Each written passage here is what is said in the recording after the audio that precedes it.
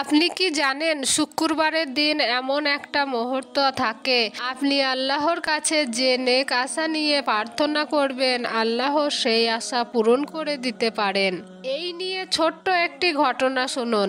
এক দেশেই একটি লোভী লোক ছিল।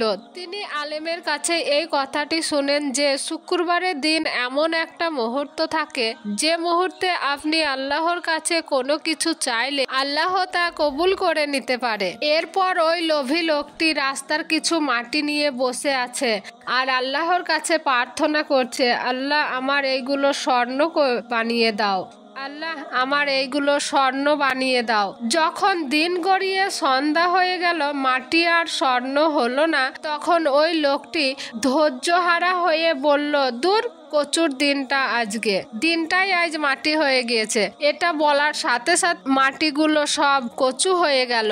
সম্ভবত ওই সময়টাই ছিল দোয়া কবুল হওয়ার সময়। তাই শুক্রবার দিন যে কোনো সময় আল্লাহর কাছে মন খুলে প্রার্থনা করতে পারেন।